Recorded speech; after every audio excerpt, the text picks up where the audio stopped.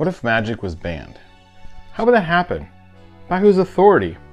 What would this mean for those who practice magic? This is an idea for what I call a dynamic ubiquity that you can use in your Dungeons & Dragons, Pathfinder, or other tabletop role-playing game. Dynamic ubiquities are things that affect the whole world. They may be things that happened already, are happening, or will happen in the future. You can add them to your existing campaign. It may not change the overall quest or master villain, but do affect the journey to get there. These conditions can be weather-related, like an ice age beginning, political machinations like governments expanding their power throughout the realm, or anything else that might affect the day-to-day life of the people in the realm. By making it something that rolls out during the campaign, it makes the world feel dynamic and changing.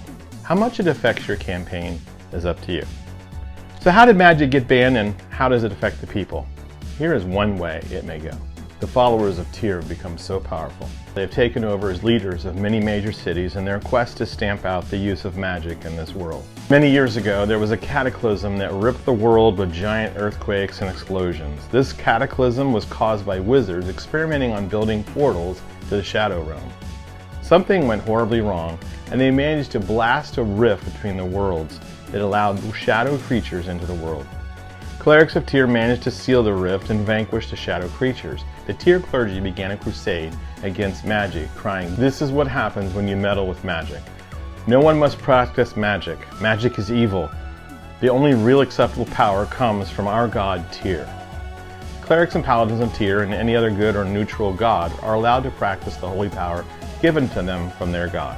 I love this idea because we fear what we don't understand. And I imagine ordinary people in the realm are uncomfortable with magic already because they don't understand it. Those of us who lived through the satanic panic got a small taste of what happens when people don't understand something and label it as evil. Well-meaning people got pretty crazy back then. As this crusade against evil unfolds, people of all the realms look down on anyone who practices magic and will report anyone they know who does.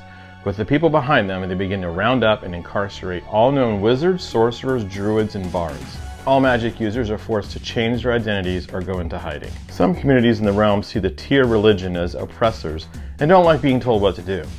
Many feel like the wielders of magic were treated unfairly by being punished for what a few wizards did and will protect them. In these communities, magic users are free to roam and not fear that they'll be locked up or worse. There is a resistance organization that fights against the followers of Tyr and knows the truth of what really happened during the cataclysm. Their leader is a descendant of the priest of Tyr and was there when it happened. The clerics of Tyr were trying to lock off the only known portal to the Shadow Realm when they accidentally touched off the cataclysm.